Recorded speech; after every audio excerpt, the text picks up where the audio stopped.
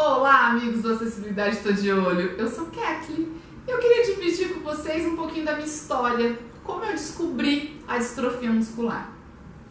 Eu tinha 14 anos, morava com os meus pais, meu irmão, e minha mãe estava grávida da minha irmã caçula.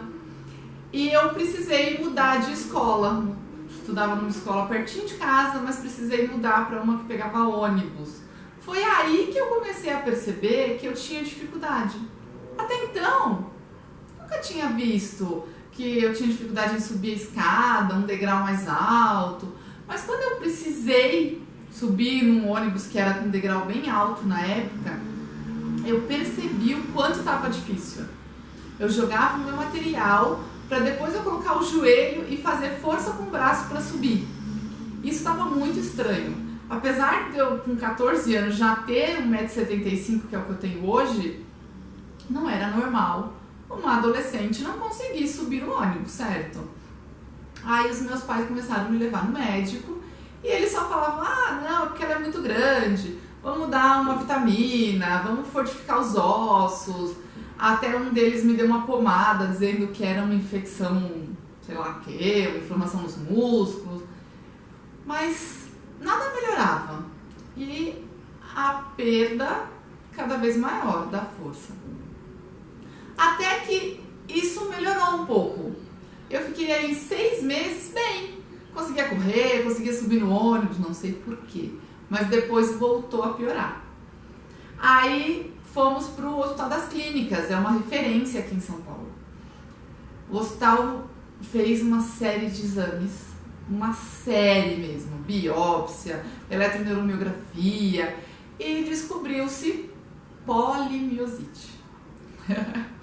A distrofia muscular não era nem falada nessa época, eu tô dizendo há 25 anos atrás, gente.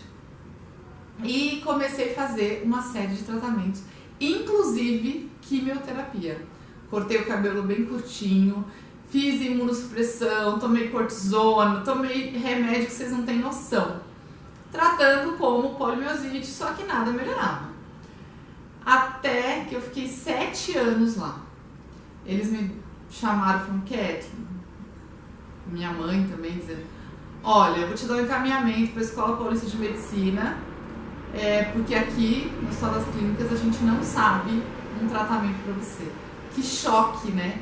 Imagina para minha família, o Hospital Referência de São Paulo não sabe o que eu tenho. Lá na Escola Paulista eu conheci a doutora Cari, né, um super médico, uma simpatia de pessoa. Ele me mandou para a Genoma da USP. Lá na Genoma fizeram todos os testes genéticos, o DNA, e aí que se falou de distrofia. Isso já era no ano 2000. Se a distrofia hoje é uma doença rara, quase não se fala, imagina há 20 anos atrás, né?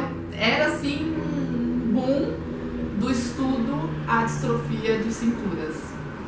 E a partir daí que eu comecei a estudar um pouco sobre isso, a ler, a fazer fisioterapia, que até então não tinha, porque polimiosite, que foi meu primeiro diagnóstico, nem podia fazer fisioterapia.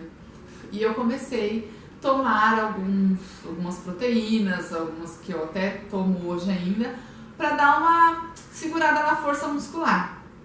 Com 18 anos, eu comecei a trabalhar, então eu comecei a usar bengala, porque o equilíbrio foi uma das coisas que mais me prejudicou. Eu caía muito. Qualquer mini pedrinha que eu encontrasse na rua, eu já escorregava, já caía. E assim, caía, quebrava. Como é hoje. Hoje, se eu caio, eu quebro alguma coisa. Os ossos são muito mais fracos, né? Eu tenho que fazer um tratamento muito sério para isso. Mas foi aí que eu consegui descobrir o que era distrofia. Mas aí vocês me perguntam, e aí, sua reação? Gente, eu não sei qual foi a minha reação. Porque apesar de todo esse mistério, a distrofia é uma doença progressiva. A gente não sabe o dia de amanhã. Eu lembro que eu fui no médico, um neurologista no Tatuapé, em São Paulo. Até o nome dele eu lembro. E ele falou assim pra minha mãe, olha, não tem mais jeito não. Eu tinha, sei lá, uns 16 anos. Eu não dou 6 meses de vida para sua filha.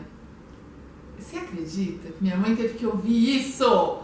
Ai, que absurdo. Porque era uma doença totalmente desconhecida. Então ele dá vontade de ir lá hoje, né? Falar, olha, lembra dos seus 6 meses? Já fazem 20 anos. E eu me considero bem de saúde, né? Apesar de já estar na cadeira. E eu até vou fazer um vídeo para vocês de como foi sair da bengala para a cadeira de rodas. O próximo vídeo que eu vou fazer é sobre isso. Então foi muito difícil na época pelo mistério, mas ao mesmo tempo, por a gente não saber o que vinha pela frente, eu acho que isso me ajudou um pouquinho a levar a distrofia como eu levo hoje, sem pensar muito num futuro, vamos aproveitar o dia. E foi assim que eu descobri, apesar de ser uma doença genética, na minha família não tem mais ninguém. É uma doença muito que vem do Nordeste, aí a gente já percebeu que na Paraíba, que é onde nasceu minha mãe, tem muitas pessoas com essa patologia, mas tem alguns estudos para saber realmente de onde ela veio e, quem sabe, uma cura futura, né? A gente não sabe.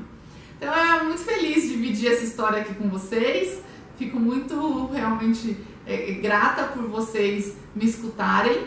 E no YouTube vai ter muito mais coisas, eu vou falando muito mais disso, que eu quero falar da minha vida.